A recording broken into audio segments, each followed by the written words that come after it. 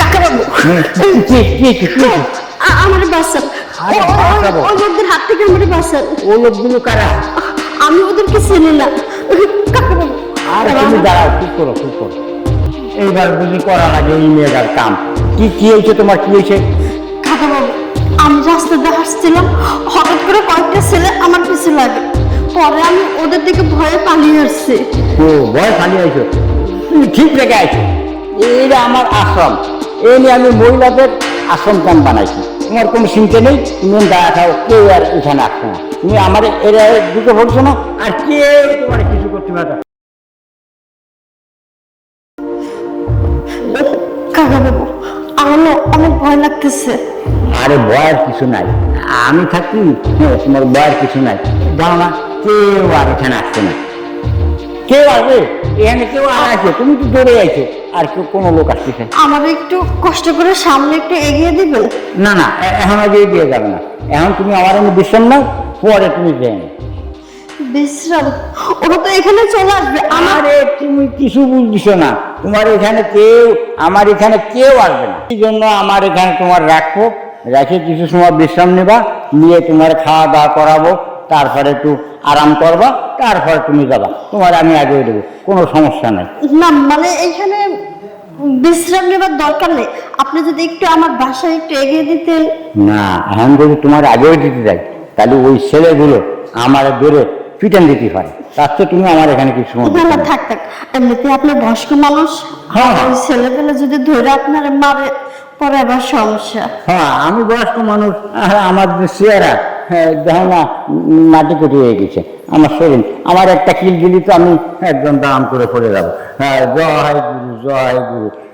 মা তুমি আমার রুমে চলো, তুমি রুমে নিয়ে বসাই, তুমি বিশ্রাম নাও, পরে তুমি যাও। রুমে যাবো? হ্যাঁ। না রুমে যেতে হবে না, আমি এইখানে কতক্ষণ রেস্ট, এই জায়গায় বসি। আরে এখানে বলবা কা, তুমি আমার রুমের ফ্যানের তলে যে বসো, তুমি দৌড়ে গানে দিছো।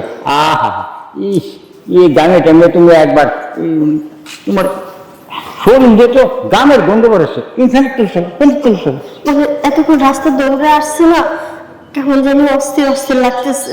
কাকা বাবু আমার মাথাটা কেমন যেন ঝিমঝিম করতেছে। মাথা ঝিমঝিম করতেছে? আরে তুমি আমার রুমে চলো, তোমার আমি মাথা টিপে দেবানি, কোনো সমস্যা নাই। আর কই ছেঁড়াগুলো তো আর এখানে আসে না।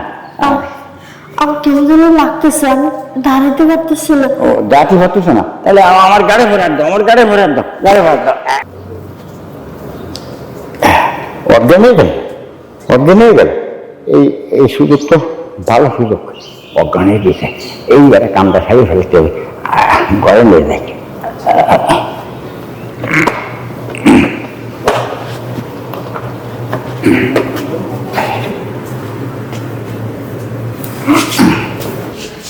আসো আসো, বলবো এসো।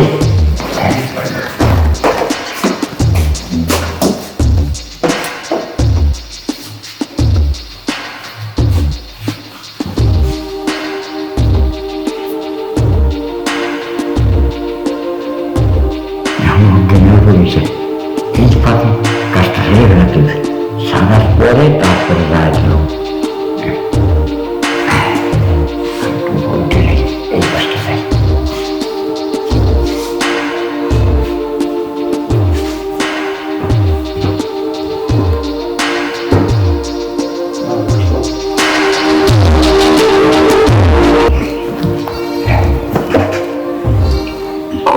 আমি এখানে কি করে আসলাম? এখানে তুমি আইছো, তুমি ওই যে দৌড়ে এসে অজ্ঞান হয়ে গেলে, ওইখানে আমি তো তোমার তো অনেক গড়ে শোয়া দিলাম, বিশ্রাম।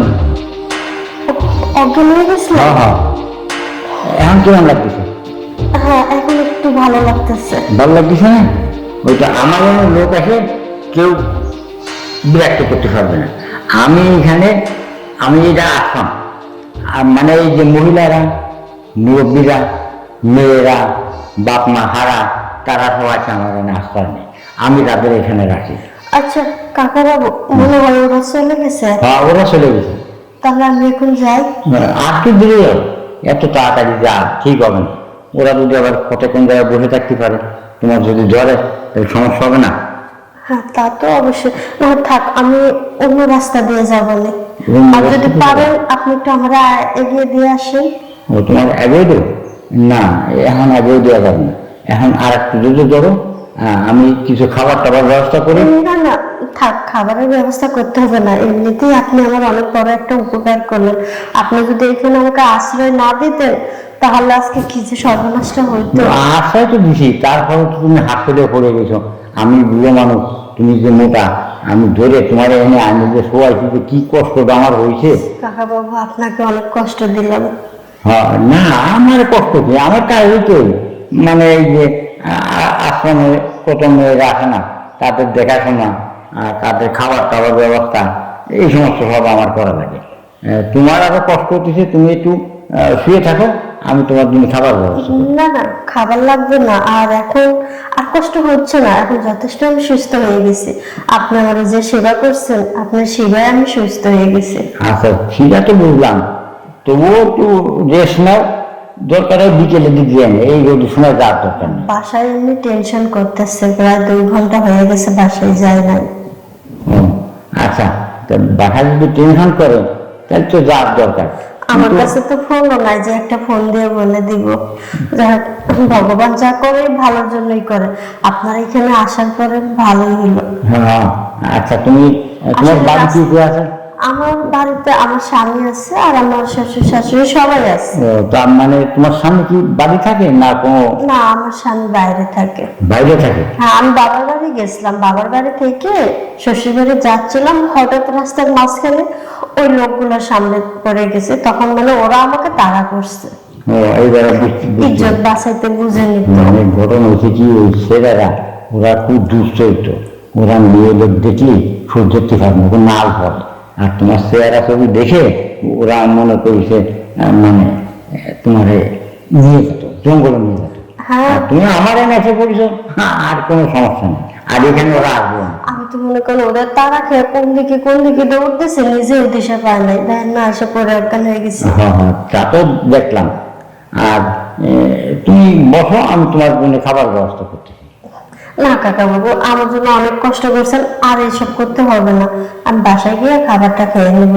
না, বাসায় যেহেতু খাবার খাবার, কিন্তু আমার এনে আইসো, কিছু মুখে দিয়ে যাও। এখন আর কিছু লাগবে না, এমনিতেই ভালো লাগতেছে, আপনার কথাগুলো অনেক ভালো লাগছে। আচ্ছা ঠিক আছে, তাহলে তুমি এখন যাবা? হ্যাঁ তোমার আগে দেওয়া লাগবে না একা যেতে পারবা? পারবো, এখন তো একটু সুস্থ লাগতেছে। তাহলে তুমি দেখে শুনে যাও, আর ওই ছেলেরা যদি কোনো কিছু কয় তাহলে বলবা আমার কথা, যে অমুক কাকা আসামে থাকে, আমি আমি আর তার ওই রাস্তা দিয়ে যাবো না, অন্য রাস্তা দিয়ে যাবো। তাহলে তুমি যাও। আচ্ছা কাকা বাবু, আমি তাহলে এখন আসি। আচ্ছা যাও।